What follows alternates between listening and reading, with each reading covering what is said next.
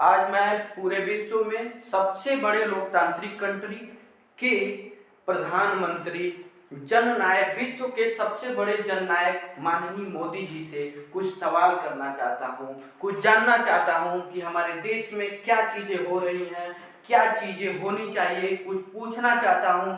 क्या मैं इस देश का नागरिक हूँ, मुझे ये पूछने का अधिकार है और मुझे बताने का भी अधिकार है कि क्या होना चाहिए। तो मैं प्रधानमंत्री मोदी जी से पूछना चाहता हूँ कि एक्सटर्नल सिक्योरिटी में जो बाहरी सुरक्षा है, भारत के विवादों को कंट्रोल करने के लिए, दूसरे देशों को आक्रमण से रोकने के लिए, उस पे लॉन्ग टर्म के लिए उन्होंने क्या कर रहे हैं, लॉन्ग टर्म के लिए उन्होंने क्या कदम उठाए हैं। क्या सिर्फ हथियार से लैस कर देने से, आर्मी को स्ट्रांग बनाने से ही सुरक्षा किया जा सकता है? अगर नहीं तो इस पे आप मोदी जी क्या कर रहे हैं? क्योंकि भी आप कोई भी डेवलपमेंट कर रहे हैं या कोई भी नीति बना रहे हैं, प्लान बना रहे हैं, ये तभी संभव है जब आपका देश सुरक्षित रहेगा। और देश सुरक्षित करने के लिए, लॉन्ग टर्म के लिए, लंबे समय तक ये सुरक्षित रहे, इसके लिए आप कौन सा कदम उठा रहे हैं, ये हम जानना चाहते हैं मोदी जी। क्या आपके पास पूरी शक्तियां हैं? G20 का भी प्रेसिडेंसी मिल चुकी है। माननीय मोदी जी, आप मेरे नजर में एक महान नेता हैं, विश्व के एक सफल नेता के रूप में हम आपको जानते हैं और हम आपसे ही उम्मीद रखते हैं कि अपने सवालों के जवाब लें। ठीक, क्योंकि मेरे नजर में अभी तक पूरे भारत में आपसे सही प्रधानमंत्री मेरे दृष्टि में नहीं है, इसलिए आप उस योग्य हैं जिससे मैं प्रश्न पूछ सकता हूं और मैं बता सकता हूं। इसलिए मैं आपसे ये प्रश्न कर रहा हूं कि माननीय मोदी जी, मैं किसी पार्टी का नहीं हूं, पहली बात तो ये, ना मैं किसी राजनीतिक दल से बिलोंग करता हूं, ना मेरा कोई मोटिव है, बस मैं आपको एक सफल और एक सबसे अच्छे प्रधानमंत्री के रूप में देखता हूं।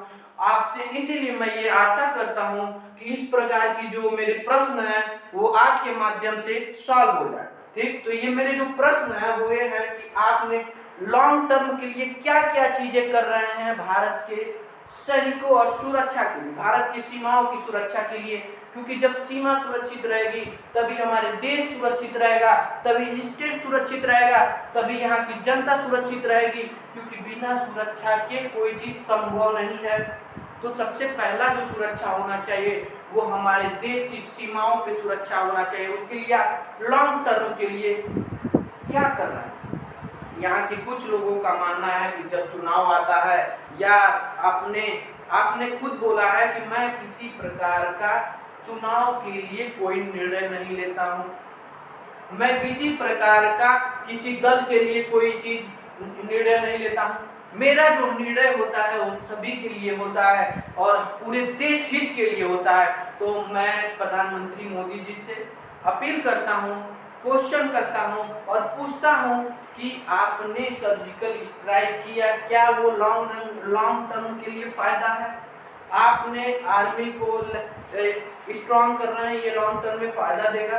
ये लंबे समय तक आर्मी स्ट्रांग रहेगी तो कोई, ये अच्छी बात है कि आपने आर्मी के लिए, डिफेंस के लिए इन्वेस्टमेंट कर रहे हैं, टेक्नोलॉजी विकसित हो रही है, अच्छी अच्छी गनें आ रही हैं, बहुत सी चीजें आ रही हैं भारत की सिक्योरिटी व्यवस्था को तंदुरुस्त करने के लिए। लेकिन क्या आपको पूरे देश के लोगों के हित के लिए, पूरे अगर एक सच्चे देशभक्त हैं तो आपको जो यहाँ पे जिस देश में, जैसे अरुणाचल प्रदेश में चाइना से विवाद है, आज आप प्रेजेंट में आप सबसे अच्छे प्रधानमंत्री हैं तो आपके पास पावर भी है, ये इंटरनेशनल लेवल पे भी आपकी बहुत सारी बातें होती हैं और लोग आपको मानते हैं। इंटरनेशनल लेवल पे भी बहुत ही राष्ट्र के नेता, राष्ट्रीय अध्यक्ष लोग आपको प्यार करते हैं, मानते हैं आपकी बात। तो कम से कम उसका फायदा तो उठाइए मोदी जी, देश के लिए G20 की प्रेसिडेंसी मिली है आपको, ये सारी चीजों का लाभ लीजिए ताकि हमारा जो भारत है,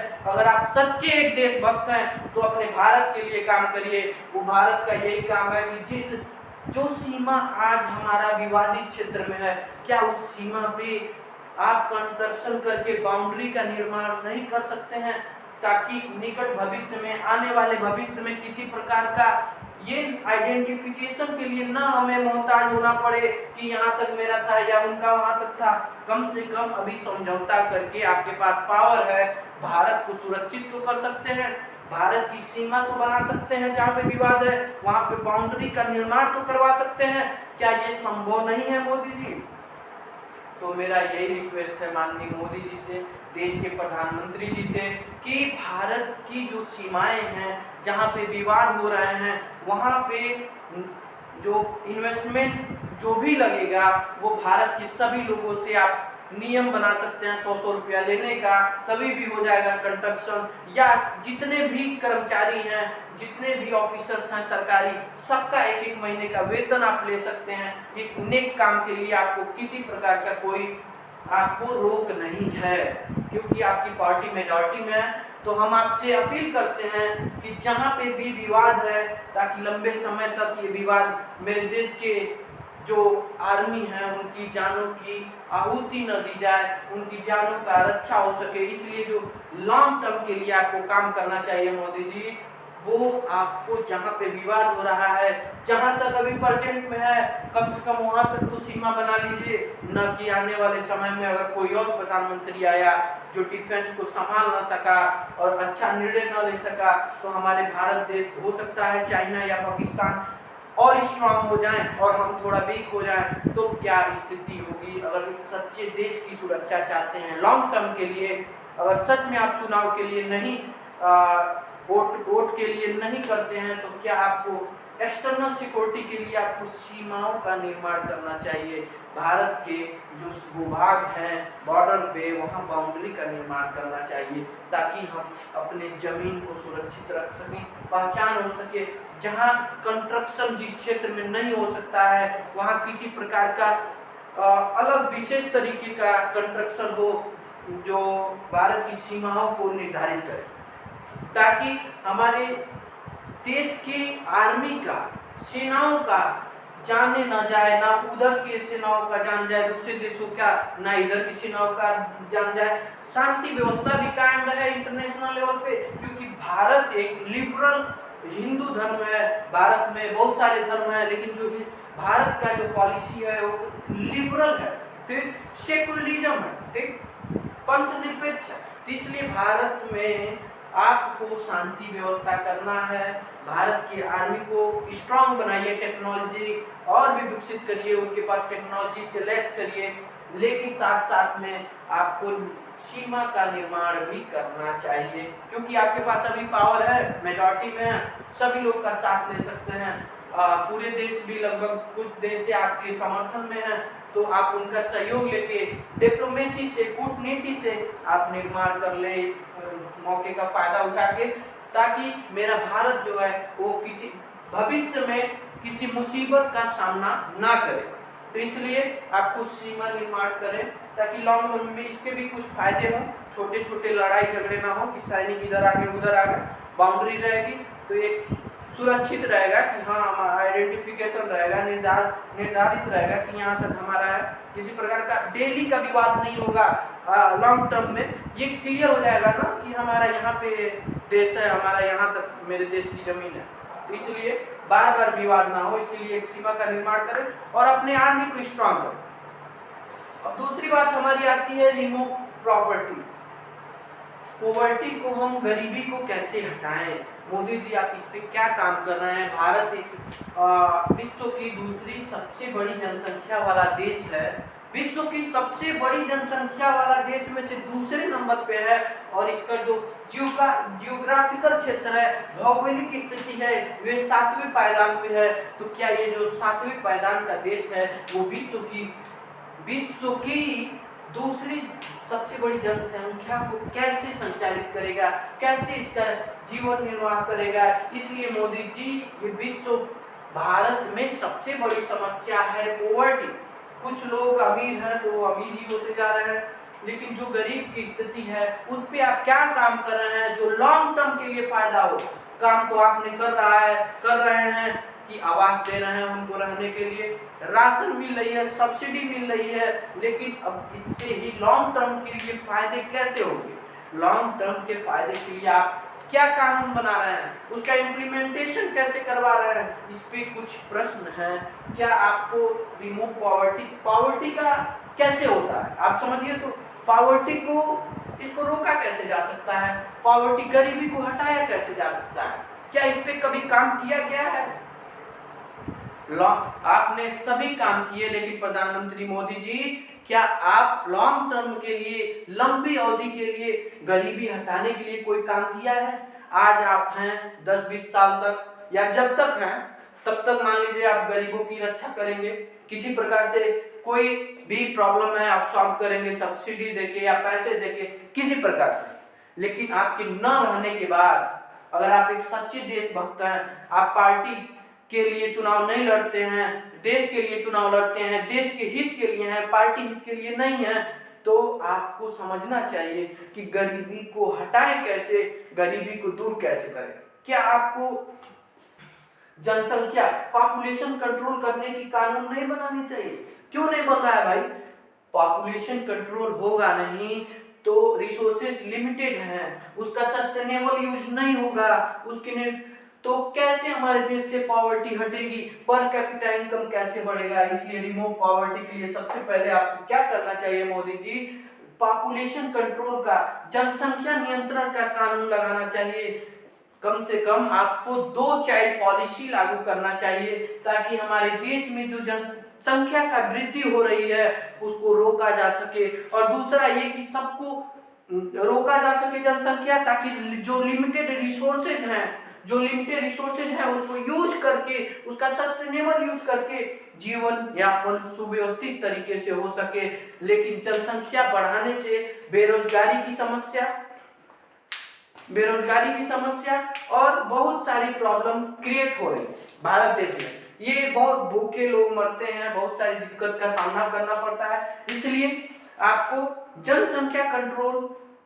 जनसंख्या को नियंत्रण करने के लिए कानून बनाना चाहिए, ताकि वो लॉन्ग टर्म के लिए फायदे दे गरीबी को हटाने के लिए। क्योंकि जो जनसंख्या हो फालतू का ना हो, जो जनसंख्या हो वो काम करे कुछ, ताकि भारत का डेवलपमेंट में उनका भी योगदान रहे। ठीक, तो भारत में आपको लगाना चाहिए कि पॉपुलेशन कंट्रोल की एक्ट बनाना चाहिए, पॉपुलेशन जनसंख्या नियंत्रण का कानून बनाना चाहिए, उसको स्ट्रिक्टली पालन करना चाहिए ताकि गरीबी को हटाया जा सके। दूसरा, आपको गरीबी को हटाना है क्योंकि विश्व में भारत की सबसे बड़ी प्रॉब्लम है गरीबी को हटाना। भारत की दूसरी सबसे बड़ी प्रॉब्लम है गरीबी को हटाना। वो गरीबी को हटाने के लिए सिर्फ सब्सिडी देना या पैसे देना, ठीक, मेडिकल फैसिलिटी देना ही नहीं है।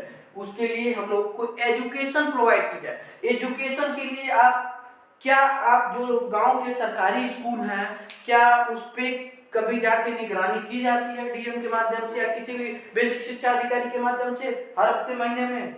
ऐसा नहीं है। जो वास्तविक स्थिति है एजुकेशन का वो बहुत ही बेकार होती जा रही है। ताकि लोग प्राइवेट में जाना चाहते हैं, लोग प्राइवेट में पढ़ रहे हैं, प्राइवेट वाले अपने मन का फीस रख रहे हैं, ऐसे में गरीब पढ़े कैसे? इस समय जो एजुकेशन है वो है हमारा बिजनेस हो गया है, पैसे कमाना, शिक्षा देने का नहीं। तो ये जो पैसे का जो लिमिटेशन है प्राइवेट स्कूलों पे भी वो फीस में लिमिटेशन करना चाहिए। और जो बच्चे पढ़ नहीं रहे हैं, जिनके माता पिता स्कूल नहीं भेज रहे हैं, उन पे भी कानून बनाना चाहिए, उनके पे भी कार्रवाई होगा कि एक निर्धारित किया जाए 12th तक नेसेसरी हो सबको पढ़ना, 12th तक, ताकि अवेयरनेस हो। जब एजुकेशन का अवेयरनेस होगा तो आपका जनसंख्या उनको बताई जाएगी कि जनसंख्या नियंत्रण करना है ताकि पॉवर्टी हटे, बहुत सारी प्रॉब्लम न क्रिएट हो।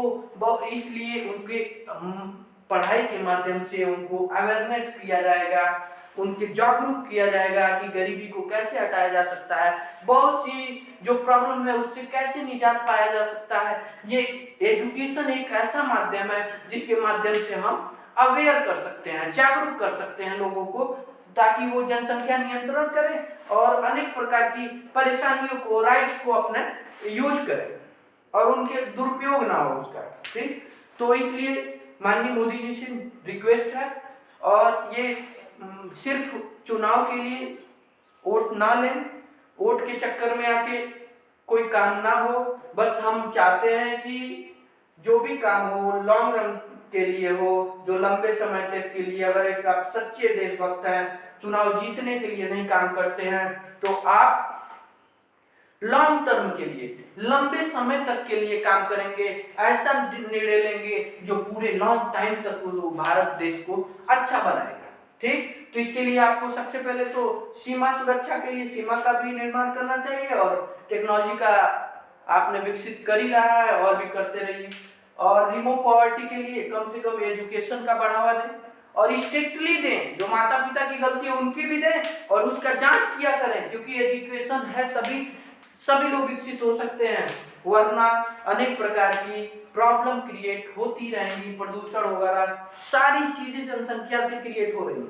जनसंख्या नियंत्रण बहुत ही जरूरी है और एजुकेशन का अवेयरनेस होना वो बहुत जरूरी है। इसलिए एजुकेशन का सबसे बड़ा इम्पोर्टेंस दें, ताकि हमारे देश के जो युवा हैं या जितने भी लोग हैं वो समझ सकें कि क्या किस चीज का क्या यूज करें, ताकि हमारे देश में इन्वायरमेंट सही रहे, ठीक, सस्टेनेबल डेवलपमेंट भी हो और हमारा इन्वायरमेंट भी सही रहे। तो और मोदी जी से एक और रिक्वेस्ट है कि सारी चीजें सही हो रही हैं, हॉस्पिटल्स बन रहे हैं, एम्स बन रहे हैं, ठीक, तो वहां पे अनेक प्रकार की लापरवाहियां होती हैं जिसकी वजह से लोग प्राइवेट में जा रहे हैं। प्राइवेट अनेक अपना फीस मनमाना रखते हैं, तो उनपे भी कोई कंट्रोल होना चाहिए प्राइवेट हॉस्पिटल पे, ठीक। और सरकारी जो हॉस्पिटल्स हैं उनको वो सारी सुविधाएं दी जानी चाहिए, और समय समय पे अगर वो खराब होती हैं टेक्नोलॉजी या मशीनें जो हॉस्पिटल्स में सरकारी दी गई हैं उनको सही करने का भी स्ट्रिक्ट प्रावधान हो, स्ट्रिक्टली और जल्द से जल्द किया जाए, ताकि जो सरकारी सुविधा ले रहे हैं हॉस्पिटल से वो सारी दवाइयां उनको हॉस्पिटल से ही मिल जाए, ताकि लोग प्राइवेट का चक्कर ना लगाएं। ये भारत में लगभग अधिक से अधिक जो जनसंख्या है वो नॉर्मल फैमिली से है और वो गरीब फैमिली से बिलोंग कर रही है, तो इसलिए इंफ्रास्ट्रक्चर में रोड, बिजली और घर, अनेक प्रकार के एजुकेशनल इंस्टीट्यूशन और हॉस्पिटल्स का निर्माण किया जा रहा है। परिवहन को बढ़ावा दिया जा रहा है। ये चले, लेकिन इसमें स्ट्रिक्ट तरीके से किया जाए, इसका जांच किया जाए। सिर्फ बना देने से कोई कानून पालन न हो तो वो ठीक नहीं है। पालन जमीनी स्तर पे क्या हो रहा है, उसका यूज क्या हो रहा है, उसका यूज को देखा जाए, इम्प्लीमेंटेशन कैसे हो रहा है। अगर गलत हो रहा है तो उससे संबंधित अधिकारी या संबंधित विभाग पे कार्रवाई की जाए, और जो कर रहा है उसका लिमिट, उसको वायलेशन जो कर रहा है उस पर भी कठोर कार्रवाई करने का प्रावधान बनाया जाए माननीय मोदी जी, ताकि बहुत सारी प्रॉब्लम का समाधान हो सके। और माननीय मोदी जी से एक अपील है कि रिक्वेस्ट है कि हमारे देश में भारत के संविधान में जो DPSP directive principle of state policy है, कल्याणकारी राज्य बनाने की जो निर्देश है, ठीक, उसमें जो आर्टिकल 44 है, अनुच्छेद 44, आर्टिकल 44 जो है, आर्टिकल 44 जो है यूनिफॉर्म सिविल कोड, समान नागरिक संहिता, इसको लागू किया जाए, ताकि जो भारत एक सेकुलर कंट्री है, बीजेपी गवर्नमेंट का ये एक बड़ा मुद्दा भी है कि जो यूनिफॉर्म सिविल कोड है उसको ये लागू करेंगे और इसका इम्प्लीमेंटेशन करेंगे। तो हम आपसे रिक्वेस्ट कर रहे हैं माननीय मोदी जी कि क्योंकि आप नहीं रहेंगे तो ये जो मेरे द्वारा बताया जा रहा है इम्पोर्टेंट जो काम है उस पर किसी का नजर नहीं जाएगा। हम आपको उस योग्य समझ रहे हैं क्योंकि आप दूरदृष्टि के लीडर हैं, एक दूरदृष्टि करता है, आप जो चीजों को समझते हैं, आप नीचे से ऊपर तक गए हैं, तरीके को आप हर चीज को समझ रहे हैं, क्योंकि आपने गरीबी से अमीरी हर चीजों का अनुभव है आपके पास, ठीक। तो आपको जो यूनिफॉर्म सिविल कोड है, समान नागरिक संहिता, इसको लागू करना चाहिए, क्योंकि ये संविधान का ही पार्ट है, आर्टिकल 44 का। इसको लागू किया जाए ताकि भारत में विभिन्न रिलीजन होने के बाद भी इनमें जो मैरिज का जो प्रावधान है अलग अलग प्रकार के हैं, अलग अलग इनके जो अलग अलग इनके कानून हैं, इसलिए भारत में संविधान है। तो भारत एक संवैधानिक कंट्री है, भारत एक संवैधानिक लोकतंत्र है, कॉन्स्टिट्यूशनल डेमोक्रेसी है। तो भारत में जो यूनिफॉर्म सिविल कोड है उसको लागू करके भारत में सेकुलरिज्म की जो कॉन्सेप्ट है, जो आइडिया है, जो कॉन्स्टिट्यूशन में सेकुलरिज्म शब्द है, भारत एक जो पंथ निरपेक्ष कंट्री है, उसको और अच्छे से सुव्यवस्थित तरीके से उसका पालन हो सके। क्योंकि भारत में सबसे बड़ा जो चीज है वो कॉन्स्टिट्यूशन है, संविधान है, और संविधान में ही हमारा समान नागरिक संहिता है, यूनिफॉर्म सिविल कोड है, जिसके माध्यम से विभिन्न प्रकार के जो विभिन्न तरीके हैं मेंटेनेंस के, मैरिज के, अलग अलग प्रकार के बहुत सारे चीजें हैं, वो सारे समान हो जाएंगे। वो हिंदू के भी समान हो जाएंगे, मुस्लिम के भी समान हो जाएंगे, वो कॉन्स्टिट्यूशन के हिसाब से हो जाएंगे, ना कि रिलीजियस के माध्यम से। ठीक, तो भारत जो कंट्री है वो सेकुलर कंट्री है, धर्मनिरपेक्ष कंट्री है और पंथ निरपेक्ष कंट्री है। तो एक इसके लिए यूनिफॉर्म सिविल कोड का लागू होना अत्यंत जरूरी है, बहुत जरूरी है, ताकि बहुत सारे विवाद ना हो सके और समानता हो जाए। समानता को लागू करने के लिए, इक्वालिटी को स्थापित करने के लिए यूनिफॉर्म सिविल कोड का होना जरूरी है। और हमारे भारतीय जनता पार्टी की ये प्रॉमिस भी किया गया है, संकल्प भी है कि हम आर्टिकल 44 का पालन क्रियान्वयन कराएंगे, पालन करवाएंगे, इम्प्लीमेंटेशन करवाएंगे, यूनिफॉर्म सिविल कोड को लागू करेंगे।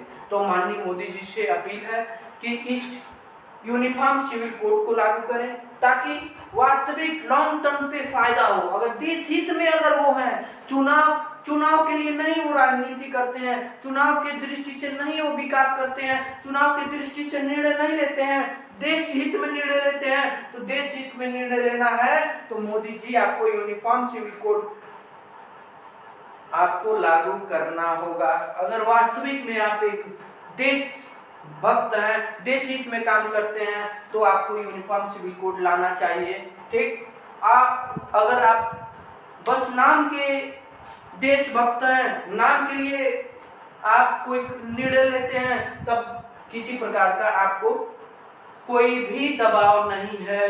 अगर सच में देशभक्त है, क्योंकि हम भी एक देशभक्त हैं, तो देश में क्या क्या चीजें ऐसी होनी चाहिए जो भारत देश को विकसित करे और भारत देश को अच्छा बनाए, उसलिए हम एक जो यूनिफॉर्म सिविल कोड है उसको लागू करने का मांग करते हैं।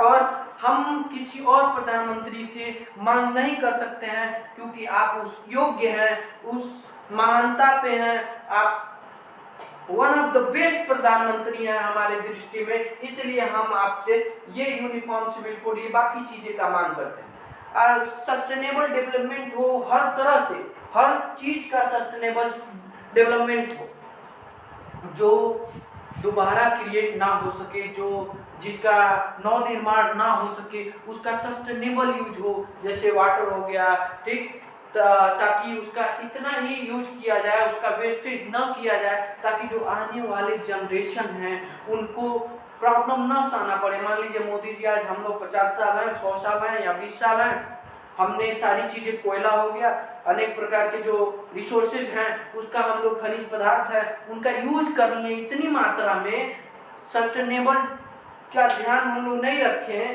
ताकि जो आने वाली पीढ़ी है, फ्यूचर में जो आने वाले लोग हैं, हमारे भारत देश में जन्म लेने वाले हैं, उनके लिए हमारा जो इन्वायरमेंट हो वही खराब हो जाए और उनके लिए रिसोर्सेज कम पड़ जाए, उनको भूखों का सामना करना पड़े, उनके लिए पानी ना हो। इसलिए हम आपसे रिक्वेस्ट कर रहे हैं, सस्टेनेबल डेवलपमेंट हो किसी भी चीज के लिए, चाहे इन्वायरमेंट भी अच्छा रहे और आने वाले जनरेशन के लिए भी आप एक उज्जवल भविष्य के लिए भी काम करें।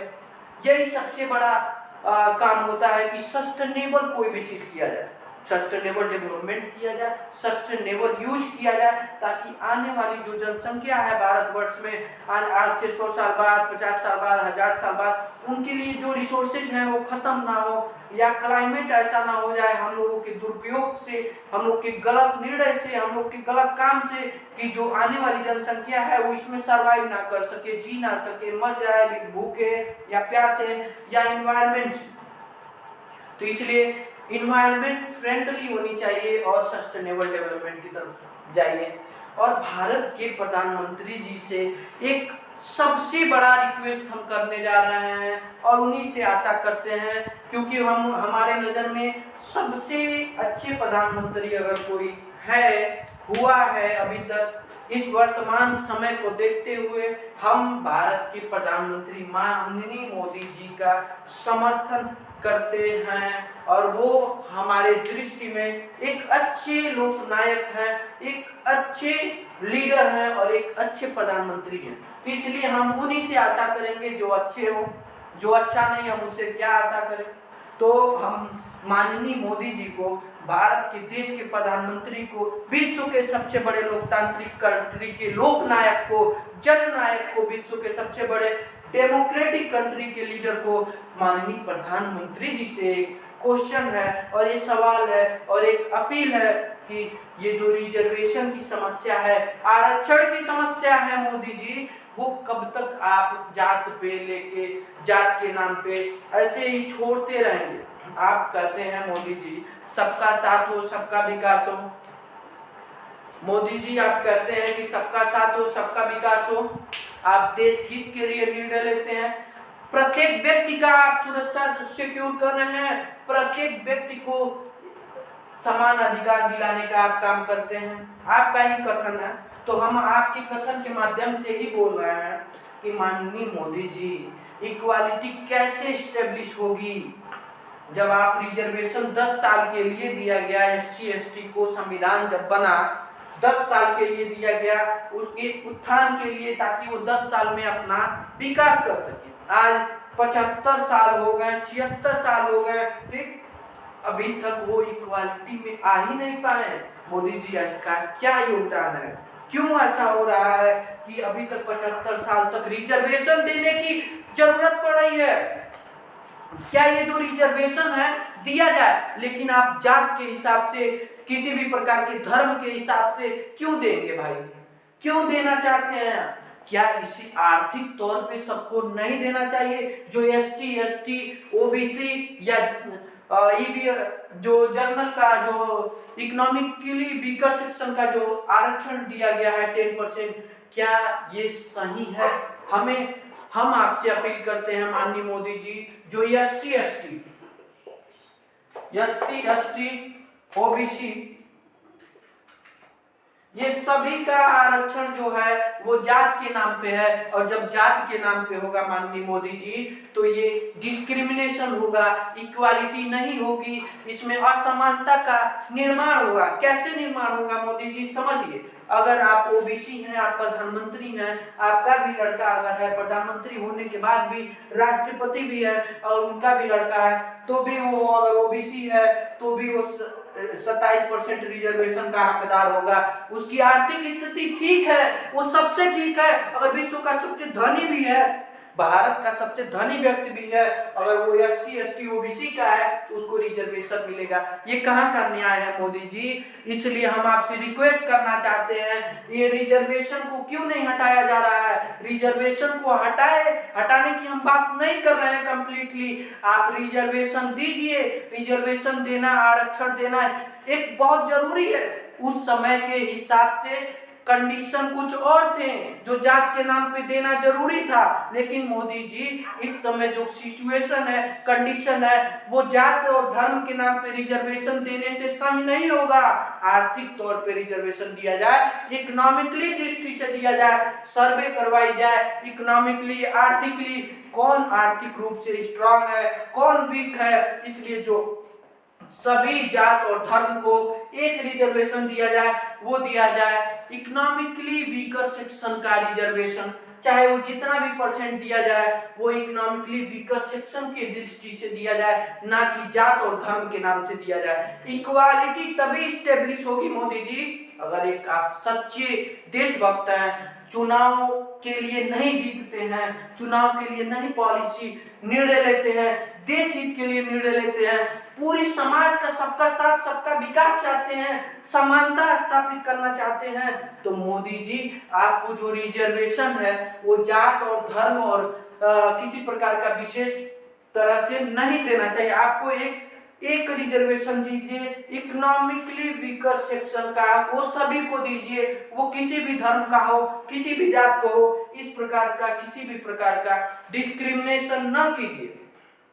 मेरा यही रिक्वेस्ट है मोदी जी कि जो रिजर्वेशन जो आरक्षण दिया जा रहा है वो दिया जाए, लेकिन SC ST या OBC के नाम पे देके आप बहुत बड़ा डिस्क्रिमिनेशन कर रहे हैं। असामान्यता आप नहीं दिए हैं, लेकिन जो दिया गया है उसको आप निर्णय एक अच्छा लेके खत्म कर सकते हैं और एक रिजर्वेशन आरक्षण दीजिए, लेकिन वो आर्थिक तौर पे दीजिए कि जो वास्तविक में गरीब लोग हैं, जो आरक्षण के पात्र हैं, क्योंकि OBC में बहुत लोग धनी हैं, SC में भी धनी हैं, ST में भी धनी है, इसलिए उनको रिजर्वेशन ना दिया जाए। जो वास्तविक रूप से रिजर्वेशन के लायक लोग हैं, चाहे वो किसी भी धर्म के हों, किसी भी जात के हों, किसी भी प्रकार से अगर वो योग्य है रिजर्वेशन के, आर्थिक रूप से अगर वो स्ट्रांग नहीं है, वीकर है, तब उनको रिजर्वेशन दिया जाए, ना कि विशेष जात के हिसाब से, क्योंकि हर जात में हर धर्म में लोग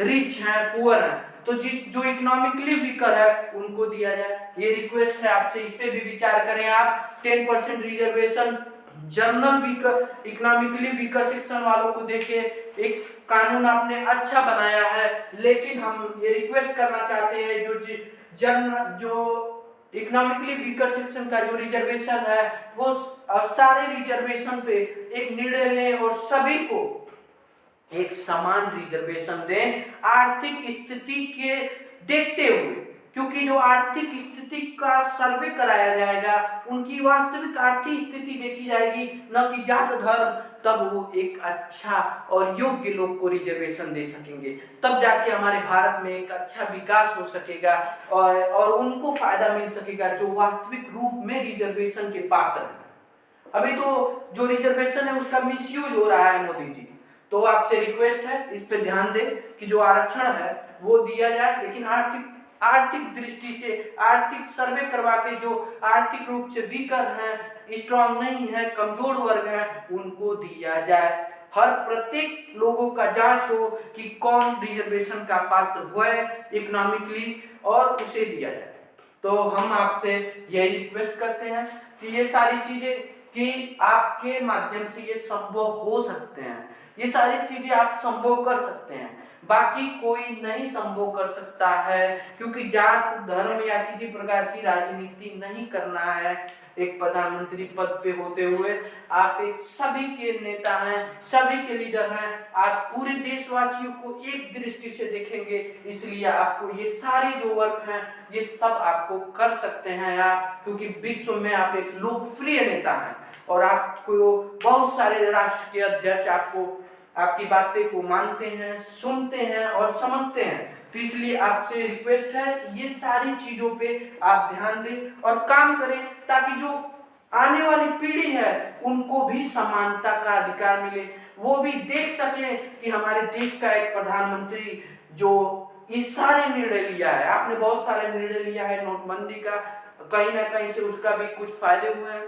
तो कोई भी चीज अगर होती है तो थोड़ा उसके नुकसान भी होते हैं, तो उसके बहुत सारे फायदे भी हैं, तो थोड़ा बहुत नुकसान भी होते हैं, क्योंकि अचानक से आया तो जनता को थोड़ी प्रॉब्लम हुई नोट चेंज करने में, नोट लेने में, इसलिए थोड़ी बहुत प्रॉब्लम हुई, लेकिन उसके बाद भी जनता आपको पसंद किया और दोबारा आपको प्रधानमंत्री बनाया मोदी जी। तो इसलिए आपसे रिक्वेस्ट है, आपने 370 हटाया, कश्मीर को भारत का हिस्सा बनाया, उसका विशेष अधिकार हटाया भारत, तो आपसे रिक्वेस्ट है ये सारी चीजें लॉन्ग टर्म के लिए करिए, ना कि चुनाव की दृष्टि से भले आपकी पार्टी हार जाएगी या पार्टी नहीं जीतेगी, लेकिन भारतवर्ष के इतिहास में आप एक महान लीडर के रूप में जाने जाएंगे। आप जीवित रहें या ना रहें, ये सारी चीजें आप करें, क्योंकि हम आपसे ये सारी चीजों की मांग करते हैं और उम्मीद करते हैं, क्योंकि आपसे ज्यादा योग्य मुझे ऐसा कोई नहीं लगता है कि जो इस सारे काम को कर सकता है। तो अगर कोई त्रुटि हुई है, गलती हुई है, और मैं किसी पार्टी का नहीं हूँ, मैं भारत एक लोकतांत्रिक है और यहाँ जन का अधिकार है, जनता का अधिकार है, तो मेरा भी अधिकार है। मैं कुछ सवाल आपसे पूछ रहा हूँ, क्वेश्चन पूछ रहा हूँ, आप जवाब दीजिए कि क्या किए और क्या करना चाहिए, क्या कर रहे हैं, इसके बारे में क्या सोच रहे हैं, क्योंकि ये लॉन्ग टर्म के लिए जरूरी है। आप जो भी काम कर रहे हैं मोदी जी, वो लॉन्ग टर्म के लिए फायदे कुछ कुछ में है, लेकिन बाकी चीजों में लॉन्ग टर्म के फायदे नहीं दिख रहे हैं। लॉन्ग टर्म के लिए करना है, लंबे समय के लिए करना है, वास्तविक रूप में देशवासियों के लिए काम करना है, देश के हित में काम करना है, तो मोदी जी ये सारे वर्क बहुत जरूरी हैं और ये आप ही से हो सकते हैं। ठीक है, thank you, have a nice day आप सभी को। और किसी प्रकार का अगर मुझसे त्रुटि हुई हो बोलने में, तो उसके लिए हम क्षमा चाहते हैं। किसी प्रकार का हम आलोचना नहीं कर रहे हैं, ये सारी चीजें हमारे देशवासियों को जरूरी है, ये हम पूरे देशवासियों से अपील कर रहे हैं। इस चीज का किसी भी पार्टी के प्रधानमंत्री हो या कोई भी हो सत्ता में, वो सभी लोग इस चीज का मांग करें, ताकि वास्तविक रूप से किसी भी धर्म के हो, किसी भी जात के हो, आर्मी हो या कोई भी हो, सभी लोग इसका समर्थन करें, इसी चीज का मांग करें, ताकि भारत में आने वाली पीढ़ियों को सुरक्षा मिले, भारतवासियों को सुरक्षित किया जा सके और इनका विकास किया जा सके। Thank you, have a nice day.